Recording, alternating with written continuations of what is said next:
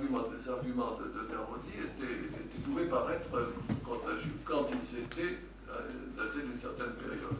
Réaction de la France.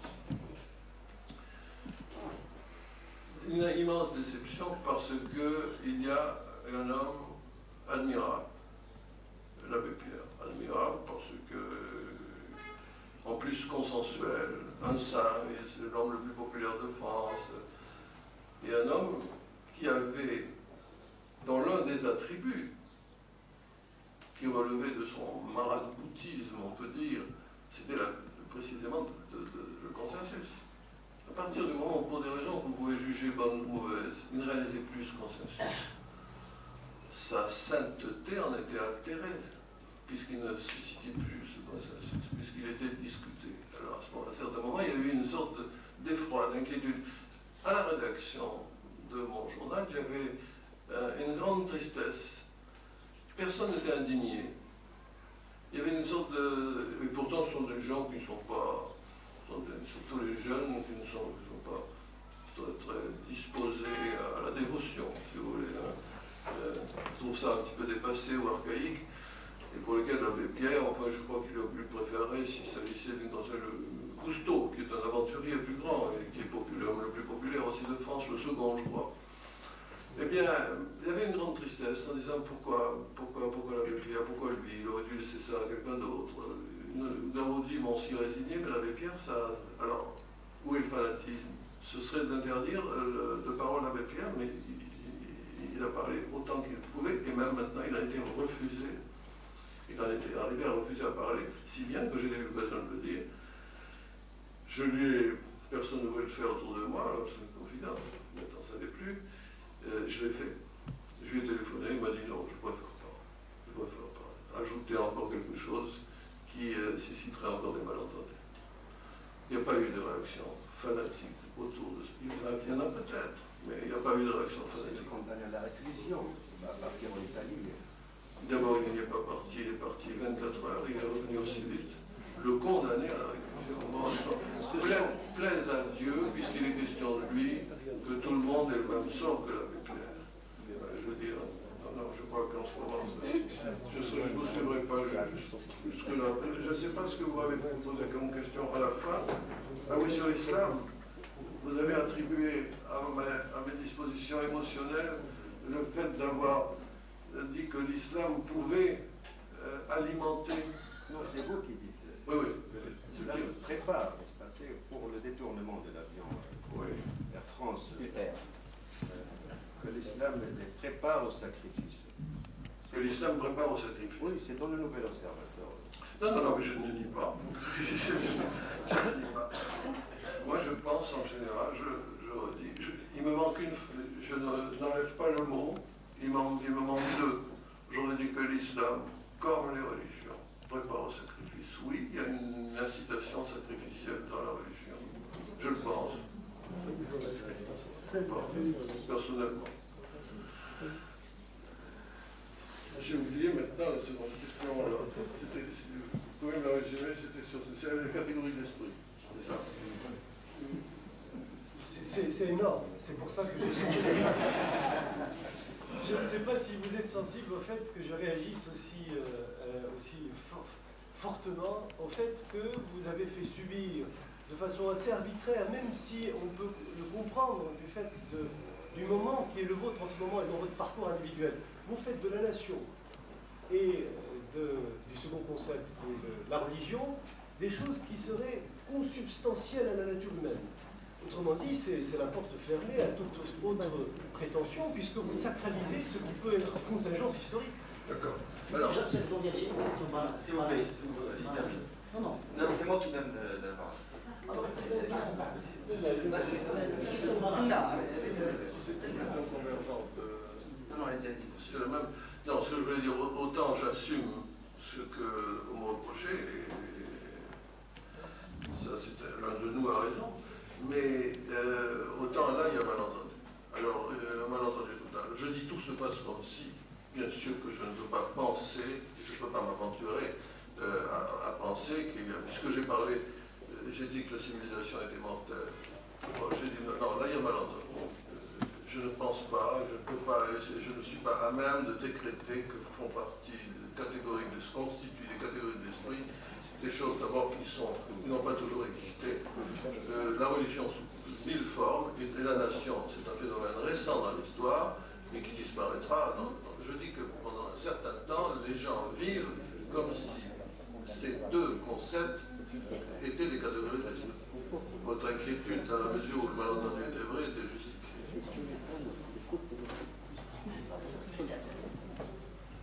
Je n'ai pas besoin du micro. Jean Daniel, c'est la seconde fois que je vous interpelle. Appeler les choses autrement revient à les voir autrement. Je vous ai entendu deux fois et j'aurais aimé vous entendre parler au lieu de l'intégrisme, au lieu de la religion, au lieu de la religiosité, d'un mot avancé par Sa Majesté, qui est peut-être la réponse qu'aurait pu donner le mécréant aux trois. La petite histoire, c'est fondamentaliste, être fondamentaliste. Merci beaucoup. Je m'excuse. Une question.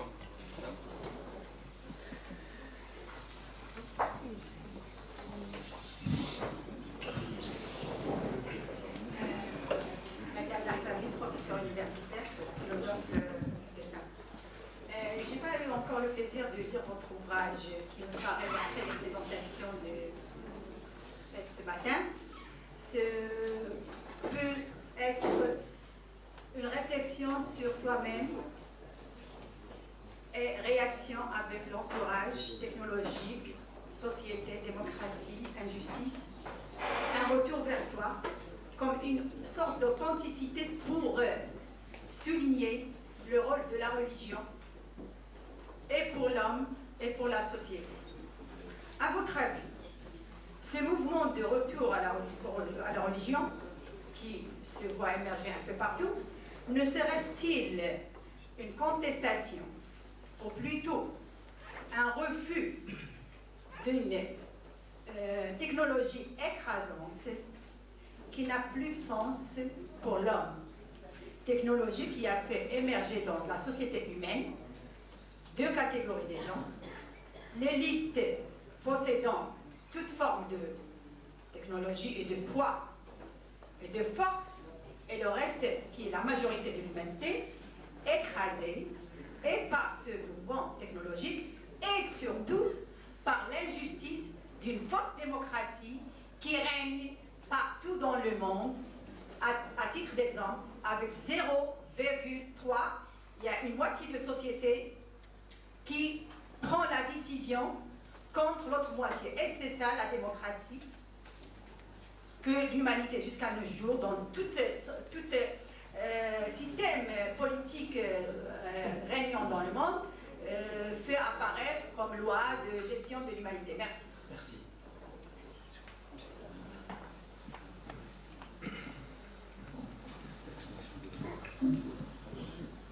Sur l'opportunité de remplacer le mot intégriste par fondamentaliste, c'est une querelle sémantique sur laquelle je suis prêt à céder. Dans mon esprit, en tout cas, je peux vous, je ne sais pas si c'est vous rassurer, en tout cas vous dire que la distinction, je crois qu'en effet, c'est le roi qui l'a fait. Dans un entretien que j'ai fait avec Sa Majesté, le roi, il y tenait beaucoup, et c'était le dernier entretien, c'était il y a 4 ans. Et c'est vrai que pour lui, le fondamentalisme, c'était le respect authentique de l'esprit de la religion dans son caractère fondamental, et que l'intégrisme, c'était l'instrumentalisation politique de cet état d'esprit. Oui, mais ça, j'en conviens tout à fait. Cela dit, ça se mêle. Vous savez que le terme intégrisme, je l'ai rappelé récemment, c'est un terme chrétien, qui a été d'abord anglais puis français, Et c'est un terme qui est issu d'un texte extraordinairement réactionnaire de l'Église catholique française qui s'appelle le Syllabus, à la deuxième partie du XIXe siècle, qui était un texte qui s'appelle « Pour lutter contre les erreurs de notre temps ». Et les erreurs de notre temps, c'était l'industrialisation. C'est ce que vous appelez l'inhumanité de la technologie. Et au fond, ça s'est d'abord appelé l'intransigeantisme, ensuite l'intégralisme, et ensuite l'intégrisme. Il y a eu des mouvements autour de ce pape, c'était le pape Pie IX, et qui a fait un grand texte qui est le Syllabus, qui est un texte de référence chaque fois qu'il est question de la tradition et de la modernité, parce que dans ce texte, on trouve un certain nombre d'arguments qui aujourd'hui, sans qu'ils le sachent, sont resservis par les intégristes. Cela dit, fondamentalisme, intégrisme, c'est une réponse aux deux questions. Il faut tout de même compliquer la chose, parce que vous avez maintenant des intégristes modernistes qui intègrent la science. D'abord, j'en ai vu naître un. C'est pas toujours cette forme de protestation. Ça l'est souvent, mais ça n'est pas toujours cette forme de protestation et de revendication contre l'injustice. Qu'est-ce qui fait, par exemple, en Tunisie? J'ai vu naître l'intégrisme à la faculté des sciences. C'est le fils de bourgeois, de grandes familles les plus aisées, pas victimes de l'injustice, ni de la difficulté économique, privilégiés au contraire des études. Ça, c'est une question plus compliquée, plus complexe que le reste, pour lequel il nous faudrait une autre séance. J'ai quelques réponses, mais je crois que ce matin, c'est pas possible.